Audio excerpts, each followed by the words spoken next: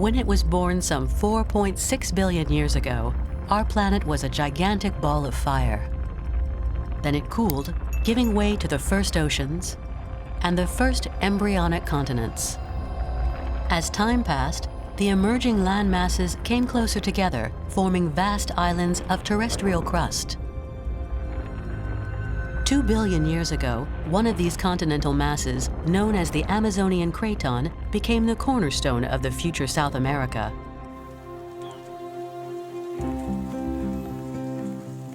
Nelson Reis works for the Brazilian Geology Service and is one of the leading experts on the history of the Amazonian craton. He's working in the north of Brazil, in the tepuys region. It is here that the last vestiges of this original land can be found, remaining unchanged since they were created. He explores the region relentlessly, looking for rocks that were part of the craton. It's a delicate mission, as the elements have changed the landscape over millions of years. Ancestral lands lie on the slopes of mountains with flattened tops that the Indians call tepuys.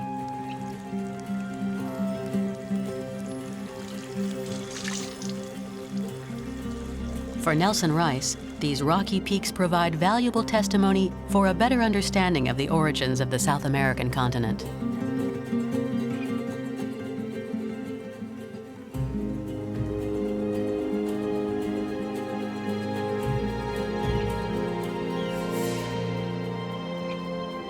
Over time, the Amazonian craton moved on the Earth's surface and collided with other land masses. 1.8 million years ago, it was trapped within the vise of a supercontinent, Columbia. To reconstruct the story of the Columbia supercontinent, we need to do field studies. This involves collecting rocks for dating and studying what we call paleomagnetism. The data enables us to know the age of the rocks in question and also where they were situated in relation to the Earth's magnetic pole at the moment they were formed.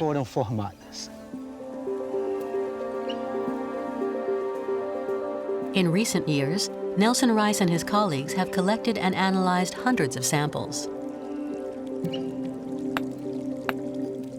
The results reveal a particularly complex puzzle.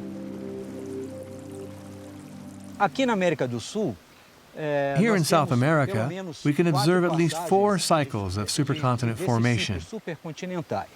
The oldest led to the formation of the supercontinent Columbia, followed by Rodinia, then Gondwana, and the youngest of them, in the Mesozoic, the Pangaea. For millions of years, through tectonic plate movements, the future South America was therefore at the center of various differently shaped supercontinents. Today, the history of these successive assemblies is still little known. The surface of the planet has retained little evidence of these extremely ancient events.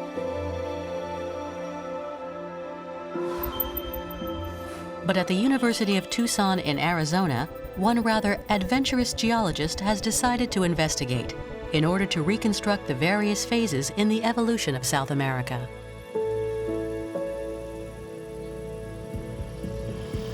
He is Martin Bailey Pepper, a geologist and a motorbike fanatic.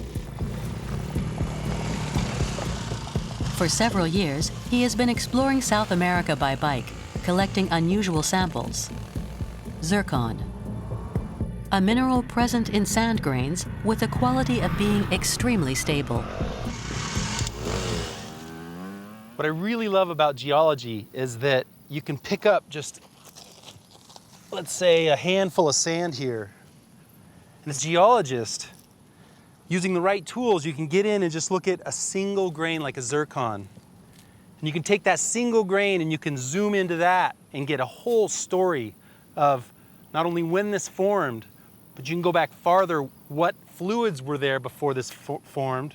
You can also go forward and figure out so much information about the time it took to slowly come out of the deep mantle as these rivers were moved more and more off the top of these mountains, bringing this up from hundreds of kilometers deep, finally getting it to the surface.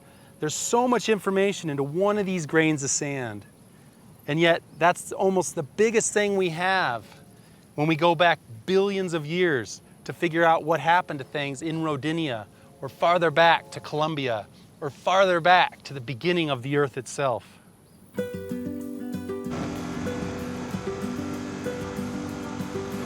Martin has already covered some 50,000 kilometers, from Patagonia to Ecuador.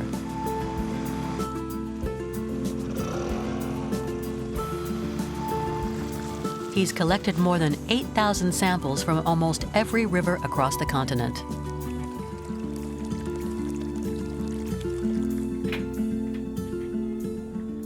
And so all I had to do was go into these river valleys with a gold pan, separate all the light minerals that I didn't want, and take just the zircon home. And it was those zircons that I could then take into our lab and analyze. Back in his laboratory in Tucson, each grain of sand is washed, filtered, then analyzed using a laser. This process provides the precise age and composition of each grain of zircon.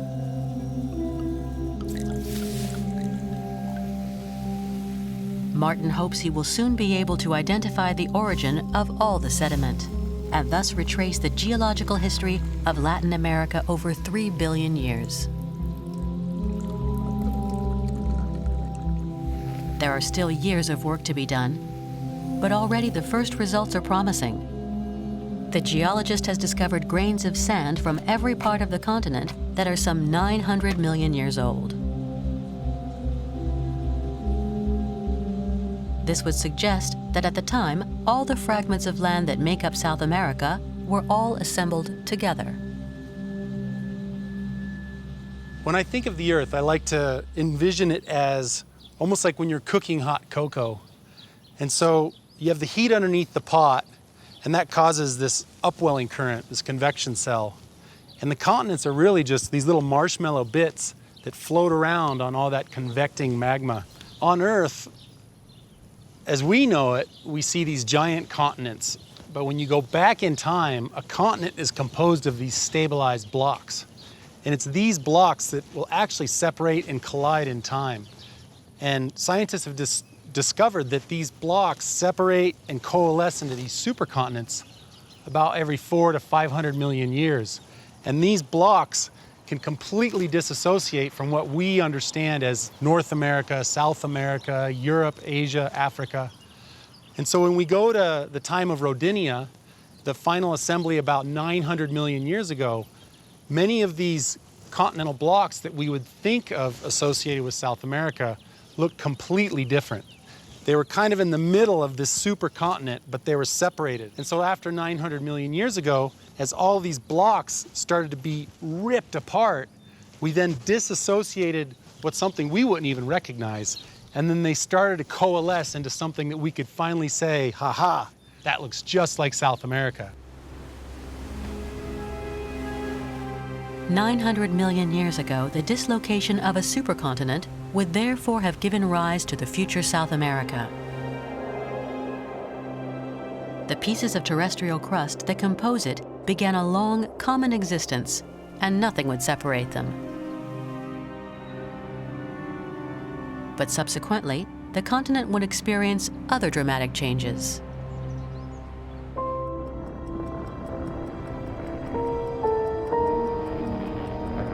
About 700 million years ago, the land masses of the southern hemisphere converged, and the future South America collided with the future Africa.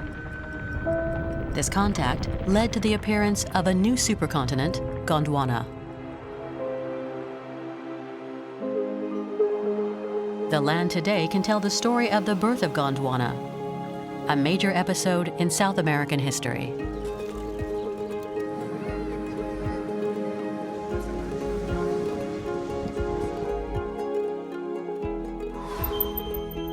We're in Rio de Janeiro, Brazil's second biggest city. There's a laboratory here with a very evocative name, the Gondwana Lab. It was founded by Renata Schmitt. Her objective is to understand every detail of every step in the formation of Gondwana.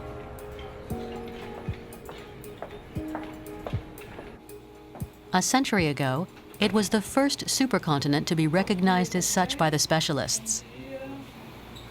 It confirmed the hypothesis of the existence of plate tectonics. It's like a perfect puzzle which fits together. So this was actually a very strong evidence for building up the theory of the continental wandering. This was in the 1920, more or less, and it evolved in 1950, 1960 to the theory of the tectonic plates. And it's just evolved much faster after the 60s because of all the knowledge we got from the oceans, because we didn't have access until the 50s, until the Cold War. In the Cold War, they started to build up submarines, and now they started to study all the oceans of Earth, and then we started to get better information, and then we understand that the continents actually are tectonic plates that move along the history of Earth since the beginning until today. The origin of Gondwana, the word Gondwana, comes from the 19th century when they found in India, in a region in India, Jaipur, and this region, there was this people, they call the Gonds. It's like an Aboriginal people. And they found there a sequence of sedimentary rocks of the Carboniferous period. And within these rocks, they found fossils of Glossopteris, which is a kind of plant. And the same sequence, the same flora sequence, they found in Antarctica, they found in the basins of Africa, and they found also in South America and in Australia. This is weird, like how can a plant travel from all this very large distance? So this mass, these continental masses should be together at some part of the history of Earth. And of course, another very strong evidence of the Gondwana amalgamation and the Gondwana existence is the fit of the continental margin. For several years, Renata Schmitt and her colleagues have been studying the rocks of South America to learn more about the history of the supercontinent.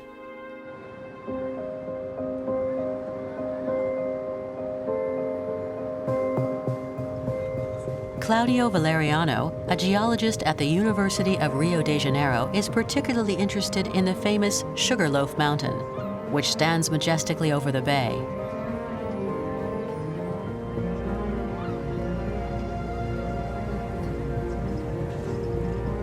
This granite mountain, rising up 395 meters, is the result of a violent collision between tectonic plates.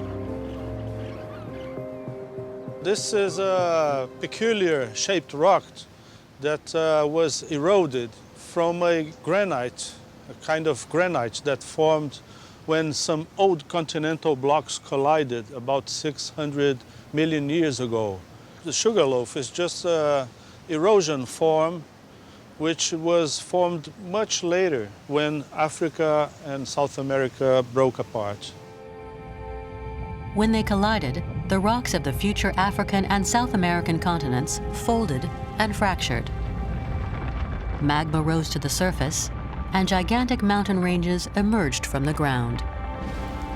Erosion then took over, and the granite peaks that dominate the Rio Bay today are all that remain of the monumental age-old relief. After 300 million years of coexistence, Africa and South America separated. It was a brutal dislocation, traces of which are still visible in the very heart of the rock. We have here in Rio de Janeiro some rocks that testify this separation, which are the dolerite dikes. These are black rocks that fill fractures that were created about 130 million years ago. So these rocks, which we call dolerites, they filled these fractures, and they can be seen all around here and in the Sugar Loaf area also.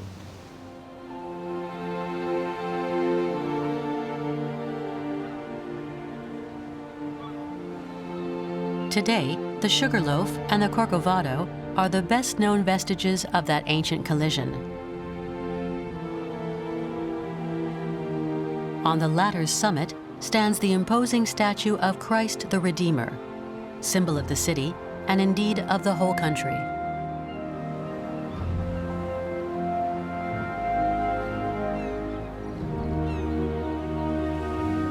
On the other side of the Atlantic, the coasts of Africa have also conserved traces of Gondwana's existence.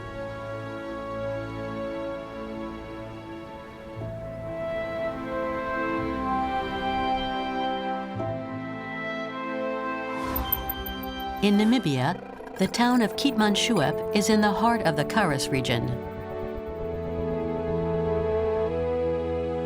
The landscape here was formed by the encounter between South America and Africa. As far as the eye can see, gigantic blocks of rock emerge from the plain. This breathtaking setting is where geologist Nicole Ulrich is hard at work. This view now with the dune, I like this.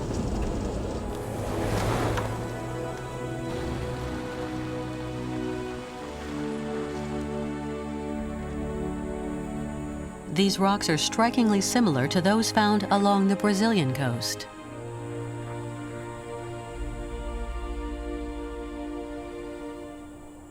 Rocks that we see here in this beautiful valley give us evidence of plate tectonic processes. You do find similar rocks with a similar age on the other side of the Atlantic Ocean in Brazil. Like for instance, the world-known Sugar Loaf in Rio de Janeiro is built up by similar rocks. This proves that the two continents, which are now separated by thousands of kilometers of ocean, have once been connected together, and only later, after the breakup of the Gondwana continent, were separated again. When Gondwana broke apart, a vast ocean gradually opened up between the future Africa and South America, the Atlantic Ocean as we know it today. But this brutal dislocation made the Earth's crust fragile, and in places it was torn apart. Magma rose from the depths and seeped through cracks in the rock. Today, these lava inclusions are visible on Namibian soil and on the Brazilian coast. They form rather unusual seams called dolerite dikes.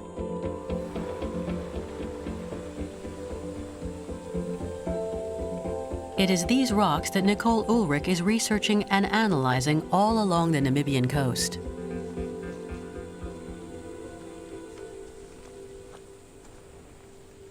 Also in South Namibia, we can find evidence of the Gondwana separation. What you can see here are dolerite dikes. They occur in such great numbers that one cannot distinguish a single dike anymore, and this is why the geologists speak of a dolerite swarm. Dolerite is a magmatic rock that, compared to basalt, which flows out as a lava on the surface, does not reach the Earth's surface, but cools off in the Earth crust and forms long extending dikes. Over thousands of years, erosion has brought the dikes to the surface.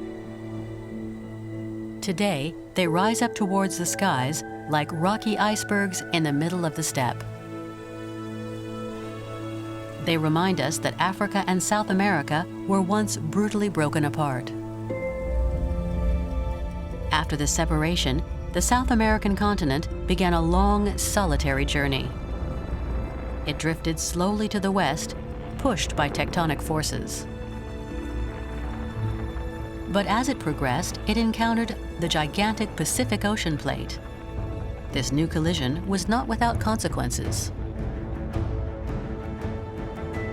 Along the whole western face of South America, huge mountains rose from the earth.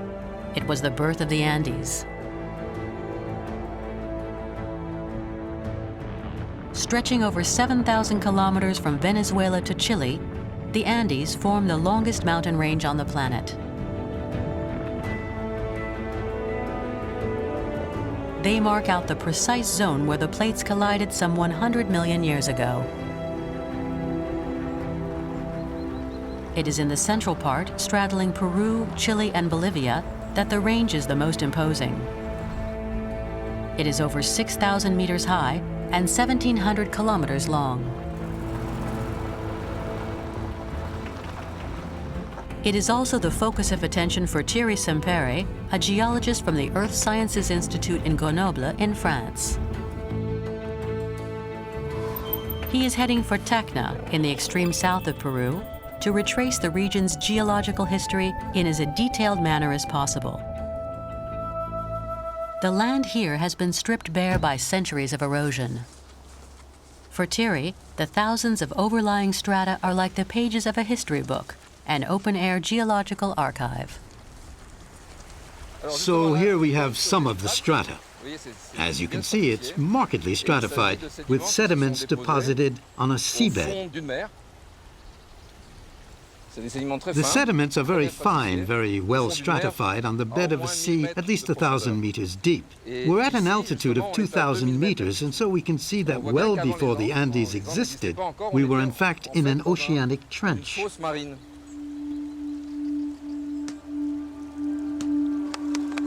For a long time, the subduction of the Andes posed a problem for geologists.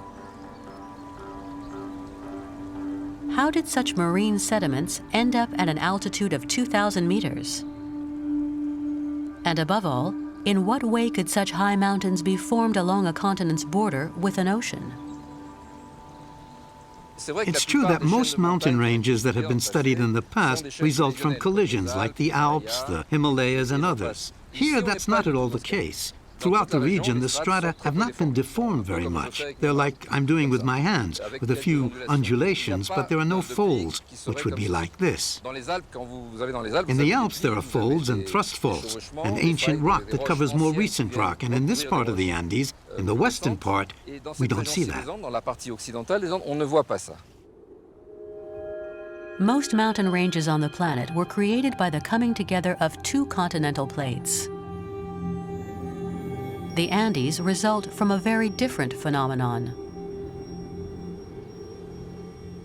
Everyone knows that the Earth is a ball, a sphere that's not exactly spherical, but almost. In its center is what we call the core, which is composed of iron, mostly in liquid form. Around the core is a kind of pulp called the mantle, and this mantle is covered over several tens of kilometers by a crust. In fact, the crust floats on the mantle, so the crust is subjected to Archimedes' principle. This means that the thicker it gets, the more it rises up, and that creates mountains. When the crust thickens, there's a substantial part we don't see beneath us, a bit like an iceberg, and there's a part that rises. And it rises at least 3 kilometers. These 3,000 meters that we've gained here are 3,000 meters that were produced by the thickening of the crust beneath our feet. And that thickening, with a rough calculation, would be around 20 kilometers. In fact, the South American plate came into direct contact with the Pacific plate. As the latter was denser, it slid into the depths of the mantle. But the sediments that had accumulated on the ocean floor remained on the surface and were deposited along the junction of the two plates. This phenomenon led to the thickening of the continental crust, which then gradually rose.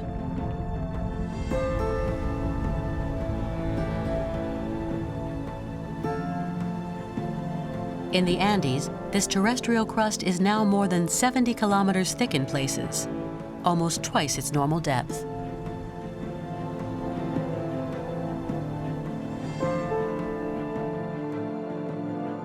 In the continent's extreme south, in the region of Torres del Paine in Patagonia, the Andes landscape is very different. Majestic peaks rise above deep valleys. The relief is chaotic, and the rock is a brownish color, its intensity contrasting with the hues of the northern Andes. The stories of the Andes formation here is more recent, and above all, much more complex. As it traveled to the west, the South American continent first of all encountered the Pacific plate. But a few tens of million years later, the southern tip found itself in a tight spot, where the Pacific and Antarctic plates were already face to face. The Earth's crust was therefore compressed, and vast quantities of magma rose to the surface.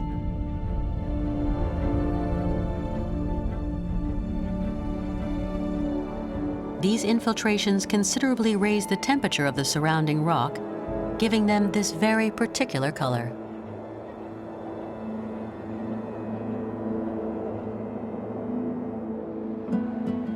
The eternal voyage of the plates on the Earth's surface continues to change the face of Latin America even today. The continent continues to drift slowly westward, and its confrontation with the Pacific Ocean regularly causes the Earth to shake and move along the coast.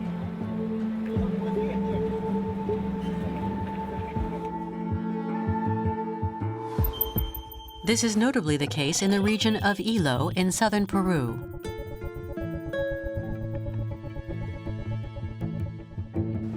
For several years, this small coastal town and the surrounding area have been carefully monitored by a team of scientists. Anne Soquet is a geologist with the Earth Sciences Institute in Grenoble and works in collaboration with the Peruvian Geology Institute. She is studying the movements of the Earth's crust thanks to a vast network of sensors installed along the coast. Today, she is on her way to inspect one of the GPS stations with a colleague, Nathalie Cotte. Here we are. This is the GPS antenna. So on this site at Playa Meca, we've set up a relay next to this house, which is under surveillance, so there's no risk for the equipment. The fact of having a station on the rocks is really good, to be sure that the type of readings we get are actually measuring the movements of the Earth's crust itself, and not just a superficial landslide or something that has nothing to do with what's happening with the subduction underground. The antenna is linked to a GPS station, which picks up the ground movement data in real time. This is then safely guarded in a local fisherman's home. Hello, sir. Hi. How are you? Hello. Welcome to my home. Thank you. Where's the station now? Here it is. Thank you, sir. Thanks very much. So let's take a look inside. The apparatus is located just above the subduction zone, where the Pacific Plate slides under the South American continent. The slightest movement, even minute, can therefore provide the geologists with valuable information. The aim, in fact, is to look at the deformation generated by this subduction. The subduction involves a fault, which is blocked between two earthquakes, so it can generate huge quakes, megaquakes of a magnitude of 8 or even 9. Between two quakes, it's blocked in what we call the interseismic phase. During this phase, it's very important to measure the deformation. And I think here on this coast, we should have deformation of around 2 centimeters per year. So in fact, during the interseismic phase, the coast is moving towards the Andes Mountains. And during the coseismic phase, there's an elastic rebound, and we'll see a sudden displacement of around 5 meters, sometimes more. So we'll collect the data. Between earthquakes, energy builds up in the depths of the Earth until it is released. But even today, predicting seismic events is an inexact science. Experts can't give a precise date for the next earthquake. But one day, they are certain the ground will shake again along the Peruvian coast. At the same time, more than 100 kilometers from the coast, Anne Soquet and her team are studying another phenomenon. The subduction of the Pacific Plate has created countless volcanoes here. Many of them are still active today and pour out torrents of lava at regular intervals. The town of Candarave in southern Peru lives constantly under the threat of the volcano Yucamane, which rises up some 5,500 meters.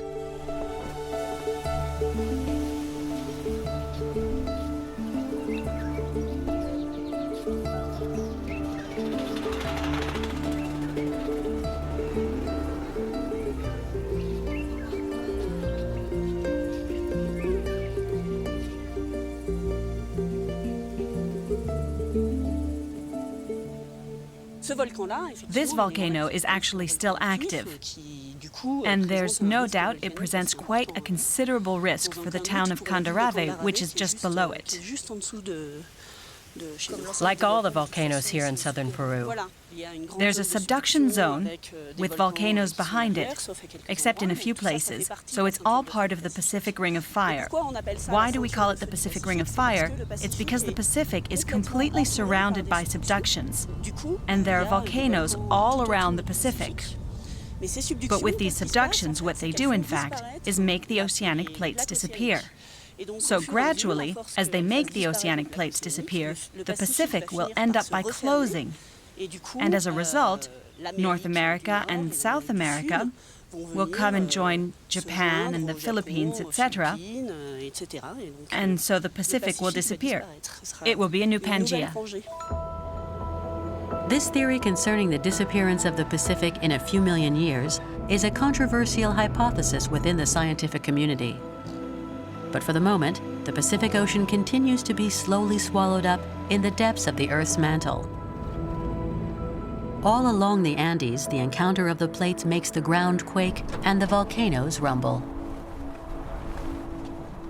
On the way back, Anne Soke and her colleagues stop off a few kilometers from the coast. Once again, an analysis of the ground demonstrates that subduction is still going on.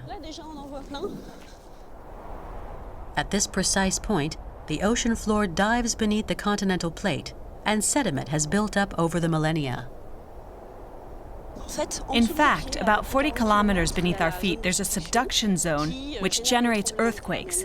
But it doesn't just generate earthquakes, it also participates in raising up the Andes. We're very close to the coast here, and what we can see are different layers of different types of sediment. And when we take a closer look at these sediments, we'll see that there are shells, which were deposited by the sea. And here we're several tens, if not several hundreds of meters above sea level. So this shows that the subduction zone constantly generates deformation, and this constant deformation plays a part in raising up the coast. Perhaps we can go and take a closer look at these deposits? Have you seen it? It's really thick. It's more than 50 centimeters. Yes, so you can see here, there are lots of shells, mostly bivalves.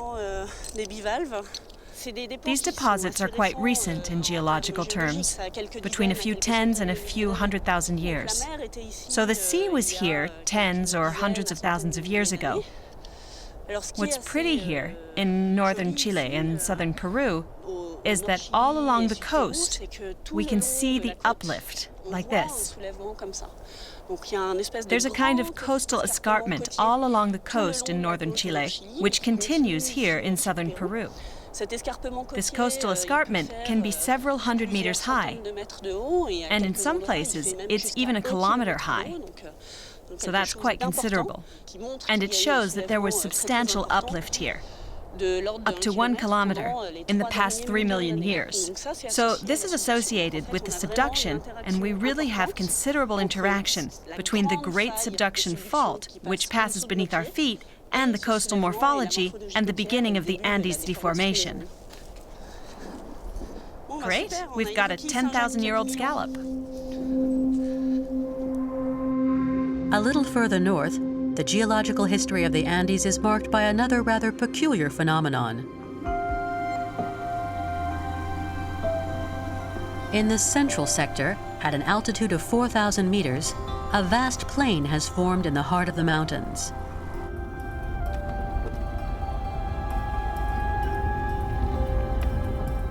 This is the Altiplano, the world's second highest plateau after the one in Tibet.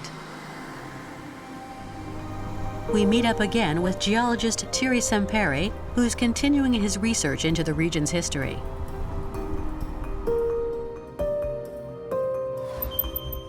He comes regularly to the shores of Lake Titicaca on the border between Bolivia and Peru to study the origin and evolution of this unique ecosystem.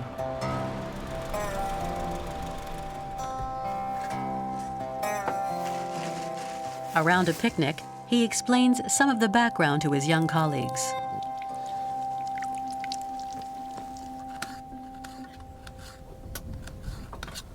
Do you know the twin or the species that's the closest cousin to the tomato? No. It's the potato. Because when the Andes rose up, the two species diverged. The tomato stayed lower down, and the potato adapted to the altitude. And it also invented a new strategy for reproducing, which is the tuber, which is actually a clone. Because it's cold on the Altiplano at night, and especially in winter, and in case the plant might die of cold, the tuber is always in the ground and can grow again. So that's one example of many throughout the world, and so when you form mountain ranges, you create whole new ecosystems.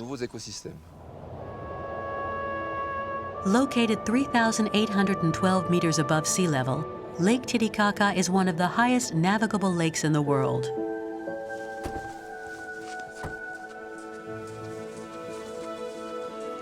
It's in the heart of the Altiplano, trapped between two mountain ranges. Thierry Samperi and his team crisscross the region, taking extensive rock samples. For it's in the depths of the Earth's crust that can be found precious indications to the formation of this high plateau. Oh, that's not bad. And there should be quite a lot of information inside if we can get the grains out, which will help to date it.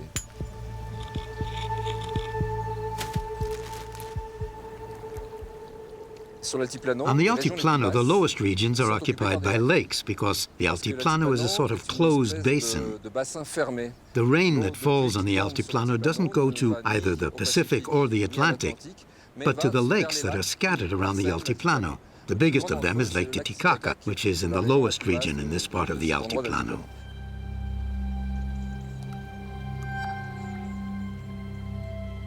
What we have to understand, too, is that when we go down, beneath my feet, for example, after 10 kilometers down, maybe 10 or 12 kilometers down, the Earth's crust is fragile and cracks on the surface.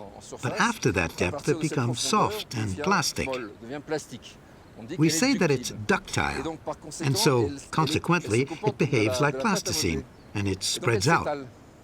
It spreads out, and so as a result, the surface of the crust we're standing on naturally becomes flatter.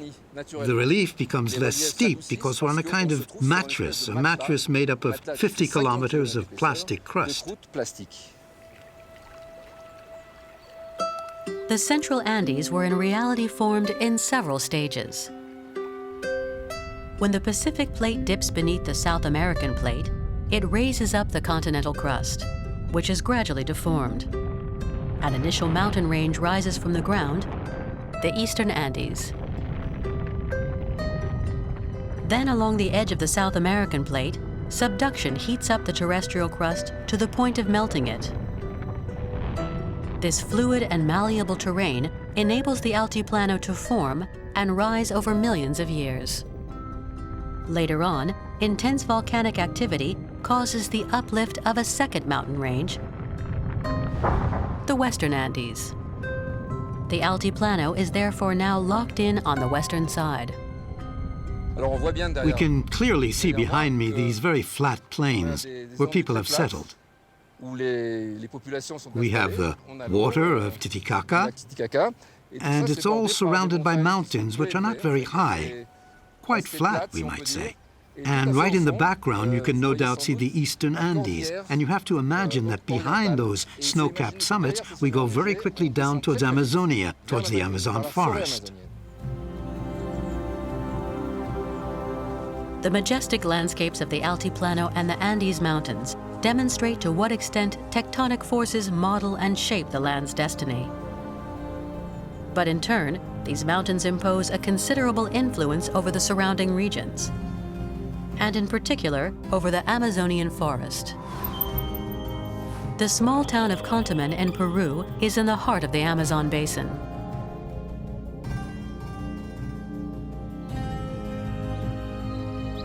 It is here that a team of French paleontologists has set up their base camp.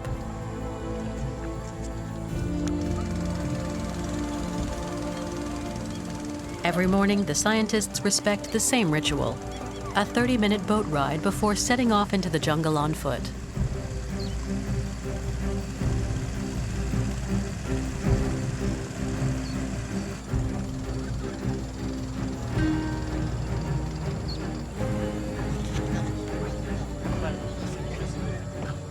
The team leader is Pierre-Olivier Antoine from the Evolutionary Science Institute in Montpellier in France.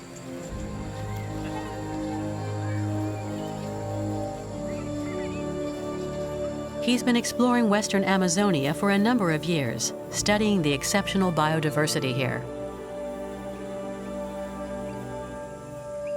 With an area of over 6 million square kilometers, this tropical forest is the vastest and most diverse on the planet.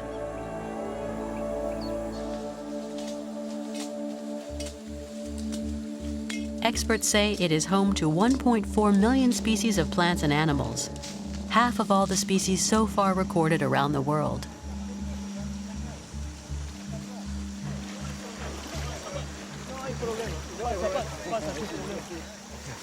On the ground, Pierre-Olivier analyzes sediment strata to see how the watercourse has evolved over time. This is an extremely interesting site, which is unusual for the large variety of environments concerning the deposits we've noted. Here we have a first river coming in, which has very little energy. It would have been very calm, with just a few ripples. And then the energy level goes down further, and we basically find a marshland, a marsh with animals and plants that are typical of a marshland. And then quite suddenly, the energy changes, and there's a watercourse coming in with quite a strong current. So there we have a lot of detritus laid down, with larger elements forming a conglomerate. This lasts for about 2 meters, and above those 2 meters we actually have a torrent, with large rocks washed along it, like this, so there was a very strong current. This current required relief, so obviously for that relief we think of the Andes. The scientists methodically examine the ground looking for fossils. Tiny clues hidden in the ground which could provide a detailed account of the history of the Amazon basin. Here, in fact, we have an illustration of what we're after, meaning that we come to look for fossils, but these fossils have a particular interest, which is to gain a better understanding of the Amazonian ecosystem under the influence of the environment, and in particular, this environment which is linked to the Andes and the Andean tectonics. Experts have known for a long time that the history of the Amazon forest is closely linked to that of the Andes Mountains. It's a lower tooth. Wow, it's spectacular.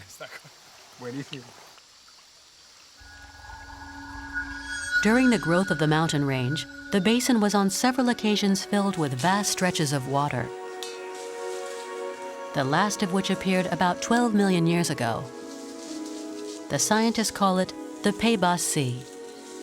Until recently, the scientific community hotly debated a key question. Was it an inland saltwater sea or a freshwater lake? So, do you know what that is? Yes, of course. They're oysters. Oysters. But sea oysters, right? Yes, of course. And last year, we took sediment samples here, and there were foraminifera, thousands of them, thousands of foraminifera. I've never seen oysters here before. So we're talking about an outcrop which is extremely unusual in the Amazonian context, because it's the only outcrop that has ostrea, or oysters, throughout Amazonia. Obviously, they are fossilized oysters, marine oysters, so they resemble the oysters we eat today. They have the particularity of having been perforated by organisms, which we call lithophagous organisms, which are marine creatures. This informs us directly that 12 million years ago, or in the past in any case, there was a sea here. In fact, these oysters represent the final obstacle for the opponents of the Pebbles Sea theory, who considered that this was a lake with fresh water, quite simply because no one had ever found oysters in the Pebbles system. But here we are. There are.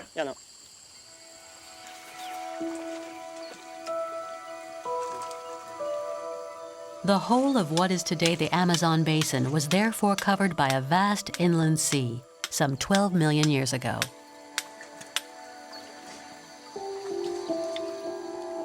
The appearance of the Pebbles Sea in the middle of the South American continent is the result of plate tectonics. It is directly linked to the uplift of the Andes Mountains. Through the effects of Andean tectonics, the Andes rose up about 15 million years ago. What we call the foreland, the zone that precedes the tectonized zone, the subduction zone, underwent flexure or folding and moved downwards. And in doing so, it allowed the sea to move in, an ingression of the sea. This Pebbles Sea then gradually withdrew, and the whole biodiversity of the Pebbles, with hundreds of species of mollusks and marine rays, and notably a whole bunch of crocodiles, which depended on that system, all these organisms would have disappeared at the same time as the system in which they lived. On the other hand, what's certain is that the disappearance of that very particular system enabled the current Amazonian system to be established.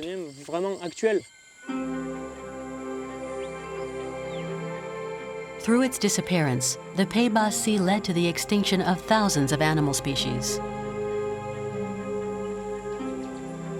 But it gave way to the most powerful river in the world.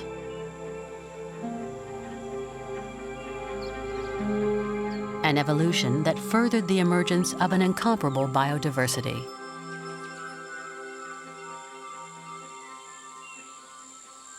The luxuriance, the vast biodiversity of Amazonia, in fact, is ultimately very young. It's very recent in terms of what we know today. But it's not so surprising because that host of species was born out of tectonics, from the consequences of Andean tectonics, which over millions of years led to the separation of smaller basins, of the Amazon basin and lesser basins.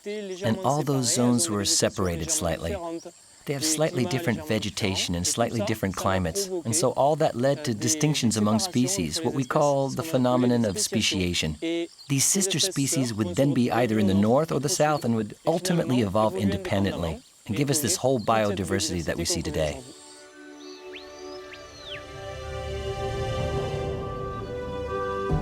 Amazonia bears irrefutable testimony to the bonds between the living world and geology.